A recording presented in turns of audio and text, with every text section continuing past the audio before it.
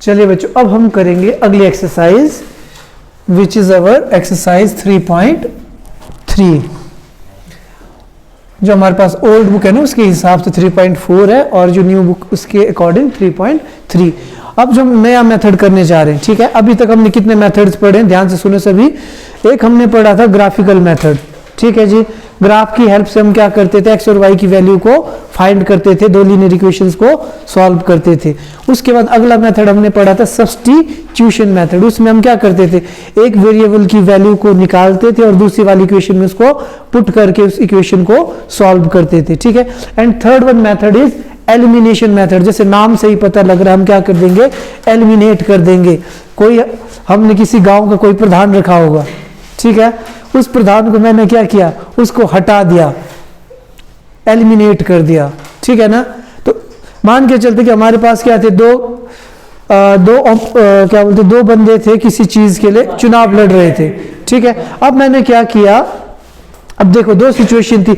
जब मैं substitution method की बात करूंगा तो क्या हुआ, जो दो हमारे पास उम्मीदवार थे, एक बीमार हो गया तो हमने क्या किया, उसकी जगह किसी दूसरे को रख दिया, ठीक है ना। तो दो चुनाव कितने लोगों के बीच में था, दो के बीच में ही रहा, पहले भी था अभी भी रहा, ठीक है। उसको बोलते हैं सब्स्टिट्यूशन मेथड। अब मैं मेथड का नाम बोल रहा हूं, उसका नाम क्या है, एलिमिनेशन मेथड। जैसे कि नाम से पता लग रहा है एलिमिनेट करना। अब की बार क्या होगा कि दो उम्मीदवार थे हमारे पास, ठीक है ना। एक उम्मीदवार को हमने क्या कर दिया, हटा दिया। अब लड़ने वाला कितना रहा, सिर्फ एक, उसी को बोलते हैं हम एलिमिनेशन मेथड। इसमें हमारे पास क्या होंगे, दो वेरिएबल्स होंगे लीनियर इक्वेशन में। अब एक वेरिएबल को मैं क्या करूंगा, एलिमिनेट कर दूंगा। आई बात समझ में?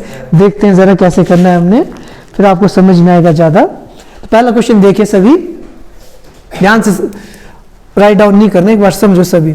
बहुत ही सिंपल सा मेथड है और जनरली अब जितनी भी आप लीनियर इक्वेशंस को सॉल्व करेंगे आप इसी मेथड का यूज करेंगे। समझ में आया ना। एलिमिनेशन मेथड सबसे आसान मेथड है, बस थोड़ा सा दिमाग लगाना है बस, ठीक है ना। देखो ध्यान से, इससे कैलकुलेशन भी इजी होती है हमारे पास।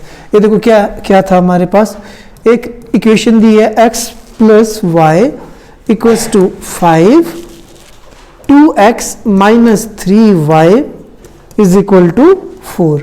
अब देखो ध्यान से देखना, सबने लिखना छोड़ो, पहले सारे यहाँ पे आगे की तरफ देखो, फिर आपने नोट डाउन करना।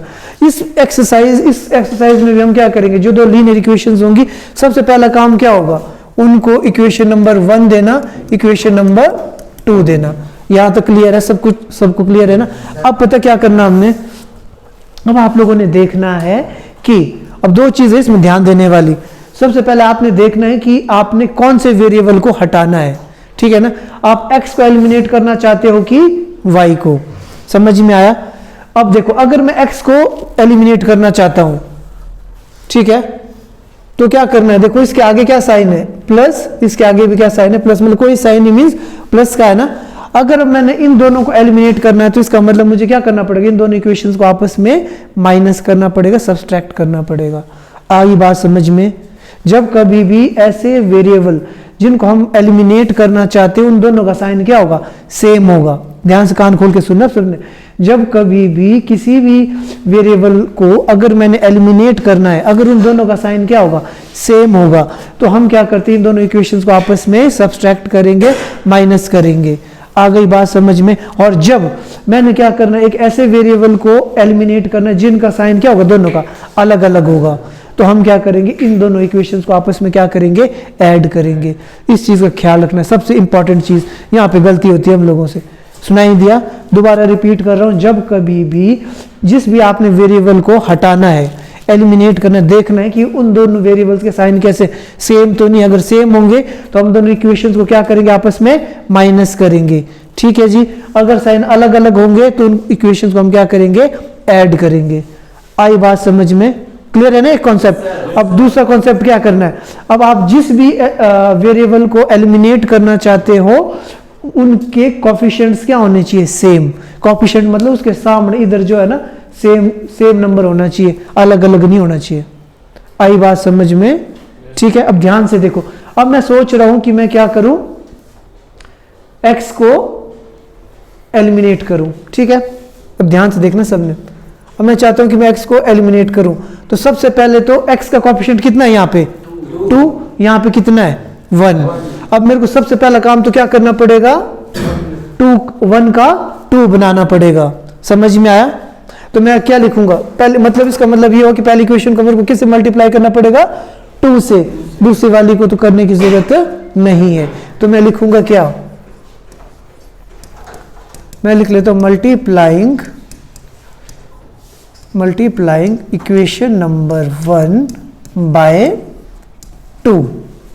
ठीक है जी। अब एक चॉइस से मैं डायरेक्ट भी कर सकता हूं, या डायरेक्ट करूं तो 1 को 2 से मल्टीप्लाई किया तो कितना है बच्चों, 2x plus 2y is equal to 10। समझ में आया सबको? मैंने क्या किया, 2 से इसको भी मल्टीप्लाई किया, इसको भी किया, इसको भी किया। इतना समझ में आया सबको?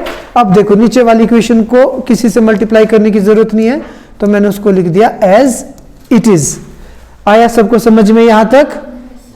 लगा ना पता? अब पता क्या करना है, इसको दे देते हैं इक्वेशन नंबर 3, इसको दे देते हैं इक्वेशन नंबर 4। अब ध्यान से सुनना। अब देखो क्या करना है मुझे, मैंने बोला था आप लोगों को सबसे पहला काम होता है जिस भी वेरिएबल को मैं हटाना चाहता हूं उसके कोएफिशिएंट्स को सेम बनाना। क्या बन गए सेम? मैंने बोला था ना मैं x को हटाना चाहता हूं, तो मैंने क्या कर दिया, इन दोनों के कोएफिशिएंट्स को सेम कर दिया। अब देखना है दूसरा काम क्या बोला था मैंने, अब चेक करना है कि इन दोनों के साइन सेम है कि अलग अलग है। सेम है ना, इसका मतलब मुझे क्या करना पड़ेगा, इक्वेशन नंबर 3 और 4 को आपस में माइनस करना पड़ेगा। जब कभी भी दो इक्वेशंस को हम आपस में माइनस करते हैं तो क्या होगा, नीचे वाले के साइन क्या हो जाएंगे बच्चों, चेंज हो जाएंगे। इस चीज का ख्याल रखना बस। जब कभी भी दो इक्वेशंस को आप माइनस करोगे, जो नीचे वाली इक्वेशन है ना उसका साइन हो जाता है चेंज। एक पॉजिटिव 2 एक नेगेटिव 2 आपस में cancel out, minus minus plus, तो कितना आ गया 5y equals two plus minus minus, 10 में 4 माइनस किया, कितना बचा हमारे पास 6। तो यहाँ पे मैंने एक चीज नहीं लिखी, आपको लिखना है कि सब्सट्रैक्टिंग इक्वेशन नंबर 4 फ्रॉम 3। मैं लिखा नहीं, मैंने डायरेक्ट किया है। ठीक है, समझ में आया? अगर भूल जाते हैं तो कोई बात नहीं, डायरेक्ट ही कर दो, वैसे लिखना है हम लोगों को, है ना? समझ में आया ना? तो कितना आ गई मेरे पास y की value, y is equal to 6/5। इतना समझ में आया? बस यही अलग सा काम है। अब जैसे हमने पहले किया था वैसे अब इस y की वैल्यू को क्या करना, हमने किसी भी एक इक्वेशन में डाल देना है। समझ में आया? इसमें चॉइस है, इसमें कुछ नहीं कि 1 में डालना 2 में डालना, इजी कौन सी हमारे पास 1, तो 1 में डालते हैं।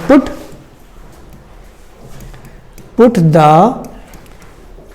value of y in equation number 1. So we will get x plus y equals to 5. So x की वैल्यू कितनी है बच्चों हमारे पास 6/5 है ना? तो x की वैल्यू आ गई मेरे पास कितनी, 5/1 माइनस 6/5। आई होप एलसीएम लेना तो आता ही होगा हम लोगों को, है ना? 1 और 5 का एलसीएम लिया तो कितना आ गया हमारे पास 5। 1 को किस से मल्टीप्लाई करूं कि 5 आ जाए, 5 से ऊपर भी 5 से नीचे भी। अब 5 को किस से मल्टीप्लाई करूं कि 5 भी आ जाए, 1 है ना? तो कितना आ गया 25 माइनस 6, तो आंसर कितना आ गया 19/5। That's it, that is your answer. अब मुझे डाउट अगेन कि कहीं मैंने गलत तो नहीं किया, तो मैं क्या करूंगा, देखो x और y की वैल्यूज को इक्वेशन नंबर 1 में पुट करके देख लेता हूं।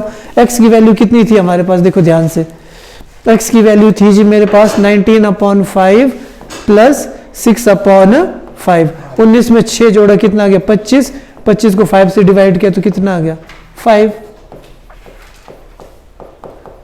तो देखो left hand side right hand side में 5 आया कि नहीं आया, बस इतना सा काम है। आया सबको समझ में कि नहीं आया? मोस्ट इंपॉर्टेंट मेथड है हमारे पास।